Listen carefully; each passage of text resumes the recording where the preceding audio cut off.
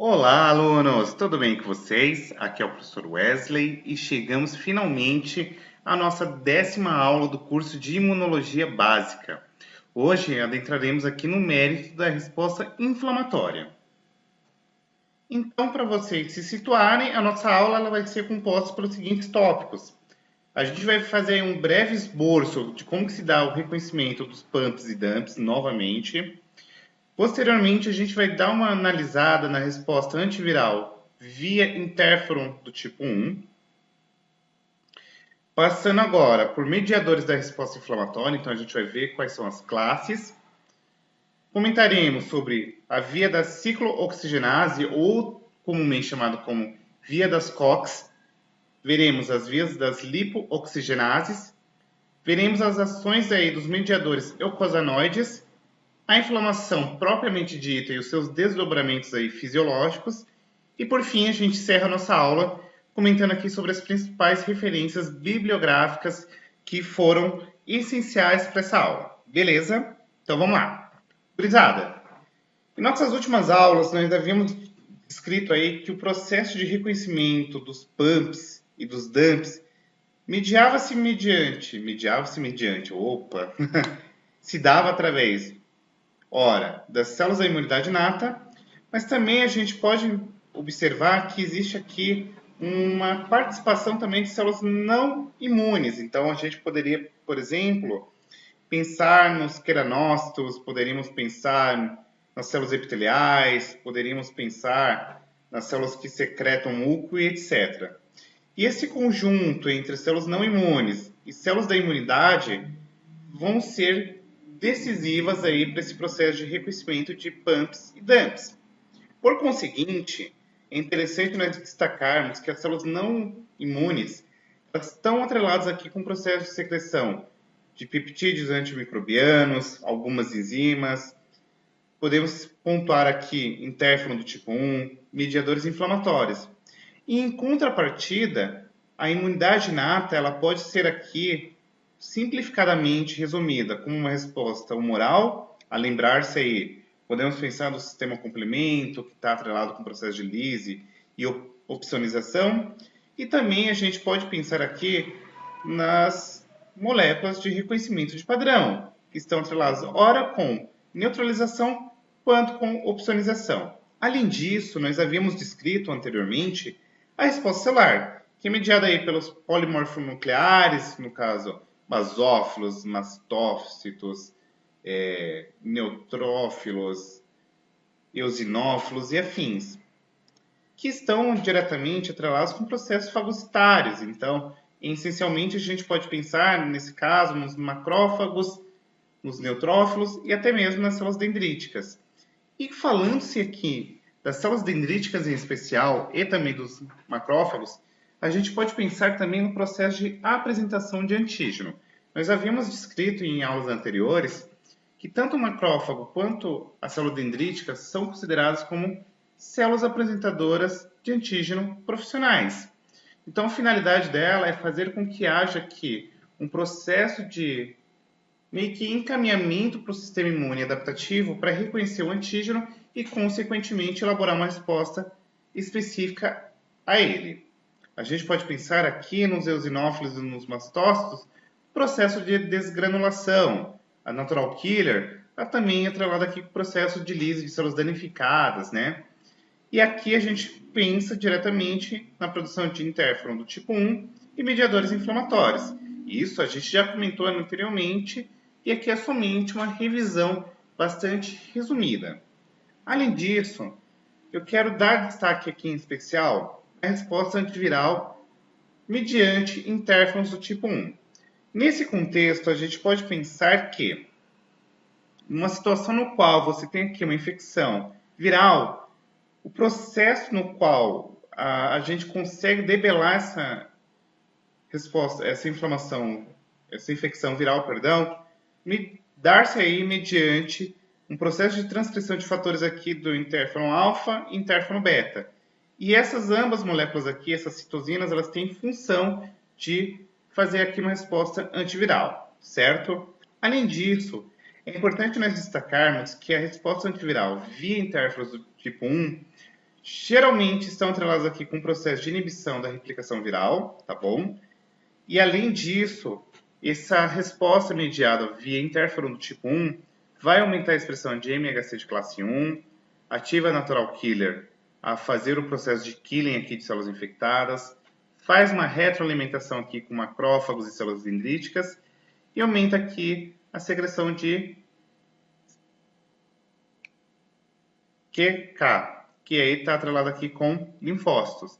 Então percebamos que essa figura aqui ela é bastante significativa no sentido de que o interferon 1 ele vai induzir aqui a expressão de enzimas que vão bloquear o processo de replicação viral. E além disso, vai fazer com que haja aí um recrutamento de todo um aparato imunológico para tentar aí debelar essa resposta frente a uma infecção viral, tá bom? Além disso, é importante nós destacarmos que quando a gente está pensando em resposta imunológica, nós temos aqui a liberação de vários mediadores que vão facilitar esse processo, como, por exemplo, os mediadores lipídicos que são aqui derivados da membrana plasmática.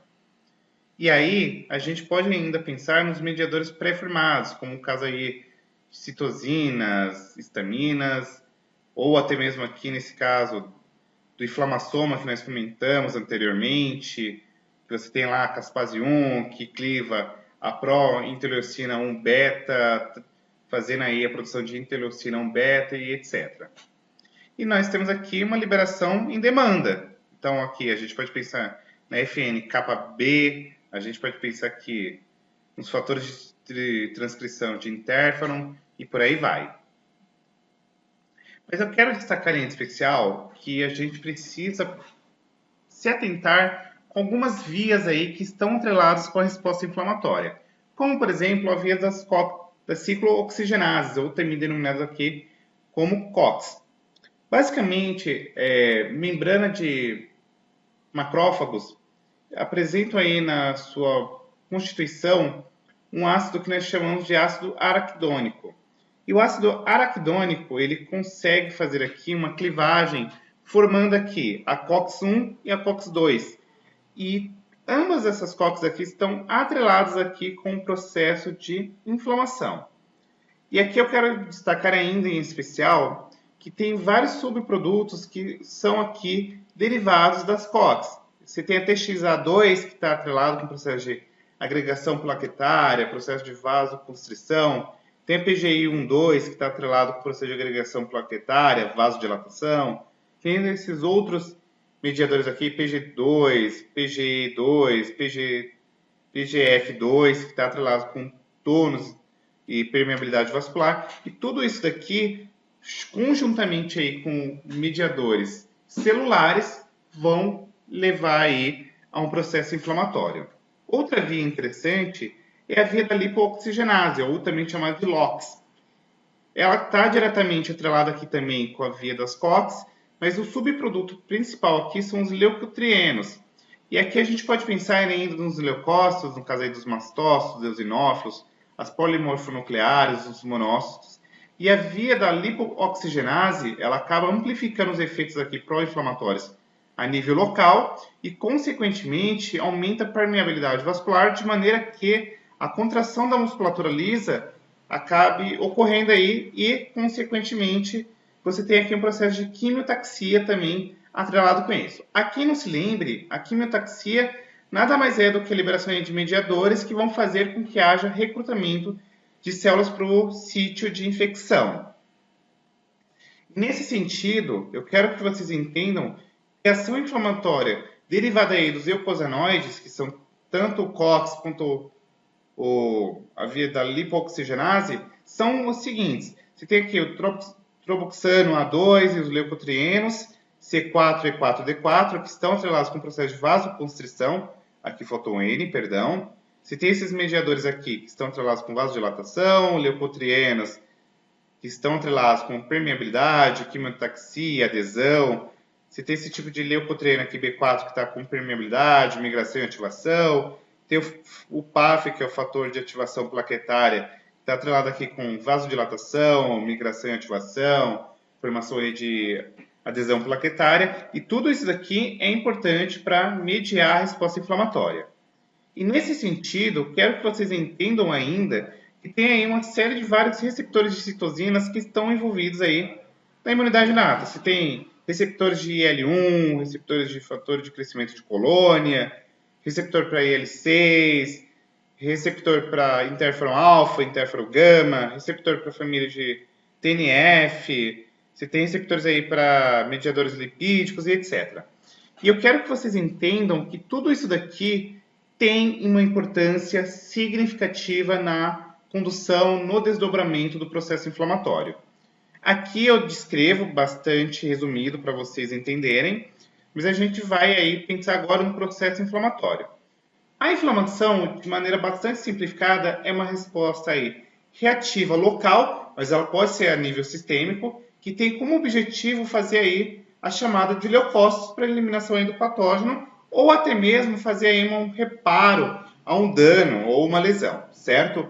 E, consequentemente, isso daqui se dá mediante uma reação vascular e celular que leva à formação de um exudato, ou seja, nada mais é do que um fluido aí rico em células e proteínas que acabam fazendo aí um processo para tentar debelar esse agente lesivo aí no local onde está ocorrendo, por exemplo, uma lesão.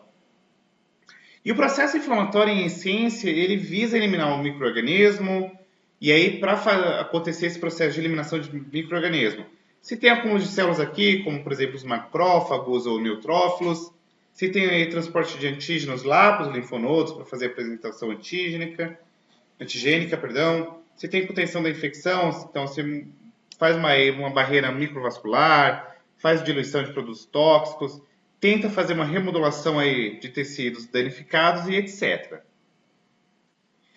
E aí, a resposta inflamatória ela vai ter alguns sinais característicos atrelados a ela. Você tem aí calor, rubor, edema, dor e perda de função. E a gente vai entender aí quem é quem. Vamos lá. Pensando-se aqui num processo no qual você tem uma lesão tecidual, seja aí de origem física, química ou até mesmo ocasionado por um micro-organismo, você vai ter todo um aparato de desdobramentos em resposta a isso. Você tem um processo de vasodilatação que faz com que haja aí um aumento do fluxo sanguíneo. Além disso, o efeito disso daqui é o calor. Consequentemente, você tem permeabilidade capilar e isso acaba fazendo com que haja aí liberação de fluido. Então você tem aqui o rubor, o edema. Você tem agora o processo de quimiotaxia, que é aquele processo que está atrelado aí com a migração de leucócitos para o sítio de infecção ou sítio de lesão, que aí vai fazer com que haja aí mediadores de dor.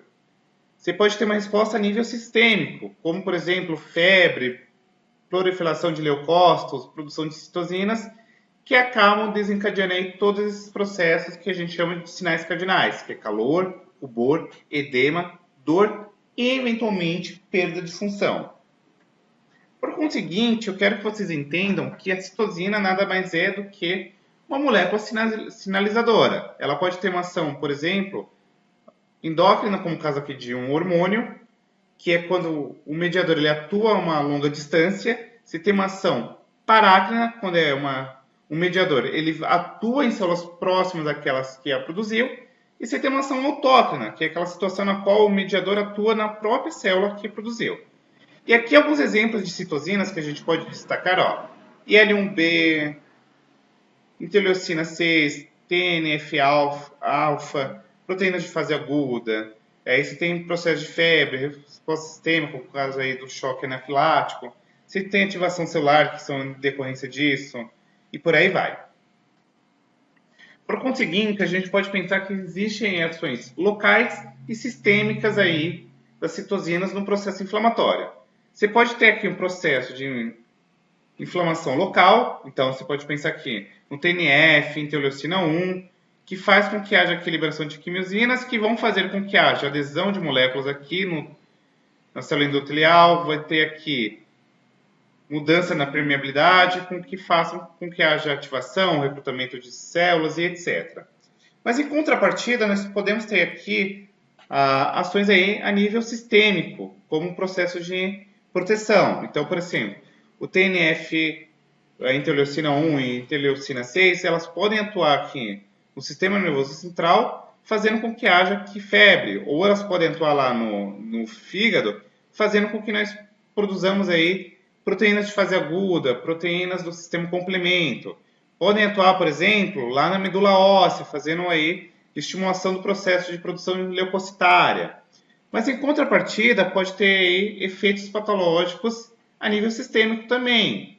Você pode ter aqui problemas cardiovasculares, você pode ter formação de trombo, você pode ter resistência à insulina em decorrência aqui de TNF e por aí vai. Por conseguinte, a ideia é que a liberação de citosinas e quimiocinas, elas favorecem o processo de migração leucocitária. Então, eu consigo fazer com que haja aí um recrutamento, uma migração de células leucocitárias para o sítio infeccioso ou para o sítio de lesão. E aí nós já falamos anteriormente em outros carnavais, por exemplo, o processo de migração leucocitária, como o caso aqui do neutrófilo. Você tem um mecanismo de rolling, no qual você tem aqui a célula endotelial e ela possui vários ligantes aqui que a gente chama de selectinas.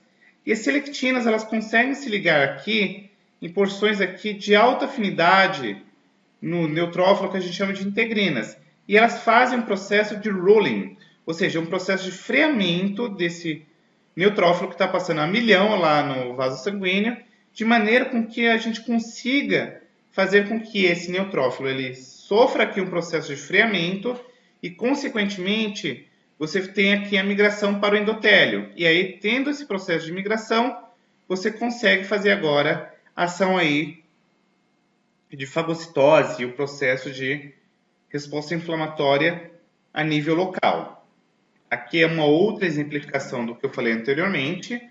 Trago aqui essas figuras para que vocês consigam sedimentar aí com mais facilidade os processos.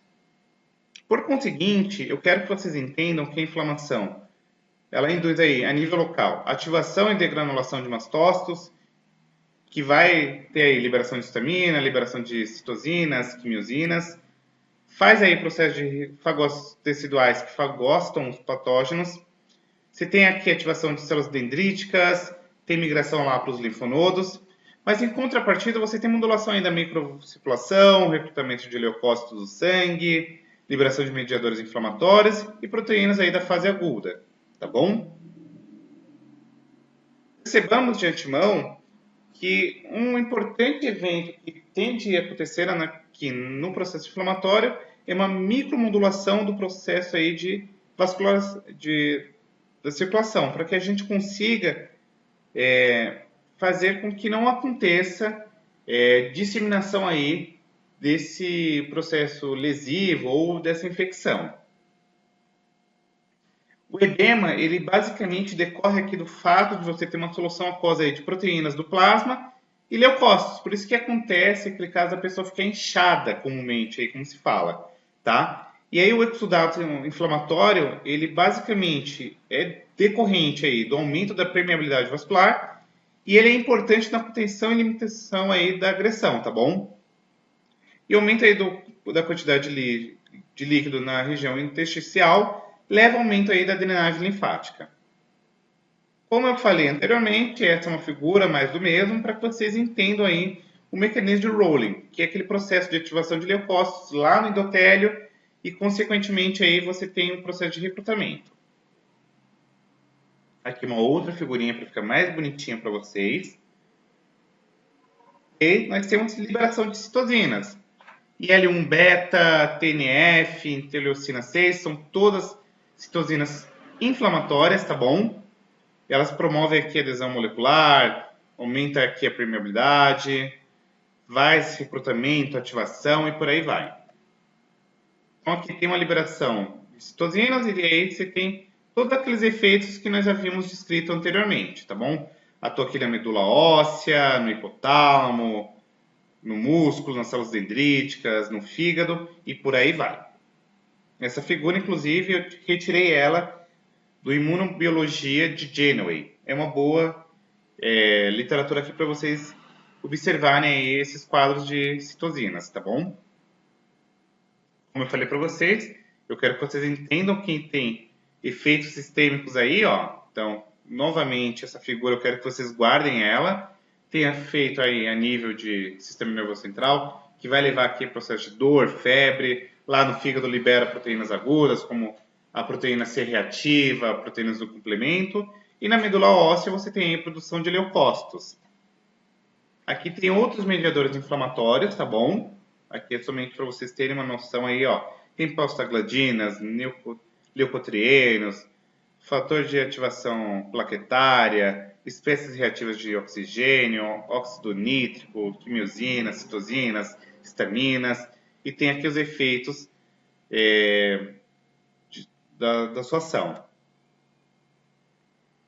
Quero que vocês se atentem nesse gráfico aqui, porque a gente precisa entender que a resposta inflamatória ela também é modulada, tá bom? Então você tem ó, as ações que são liberadas aí pelas células, você tem ó, histamina, PAG, TNF, interleucina 1 beta e por aí vai.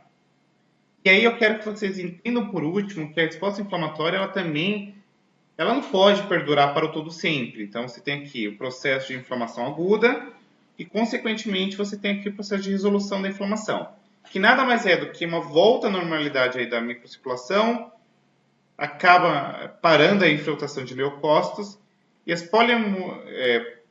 as polimorfonucleares aqui apoptóticas são debris aí, são removidas por macrófagos. Então, o macrófago é um importante, como que eu posso falar, protagonista aqui no processo de stopping da resposta inflamatória, tá bom? E aí o que acontece?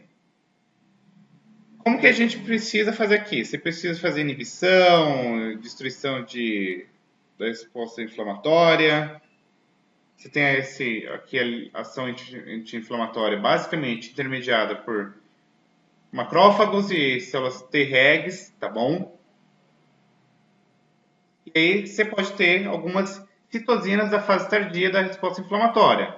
A interleucina 10, que ela é produzida aqui por macrófagos e linfócitos T, principalmente Tregs, e elas atuam sobre macrófagos e células dendríticas, fazendo com que haja aqui inibição da IL-12, MHC de classe 2 e moléculas coestimulatórias. Você tem ainda a TGNF-beta, que é produzida por macrófagos e linfócitos T, e elas atuam aqui justamente nos macrófagos, que inibe aqui a ativação clássica e estimula aqui a ativação da via alternativa.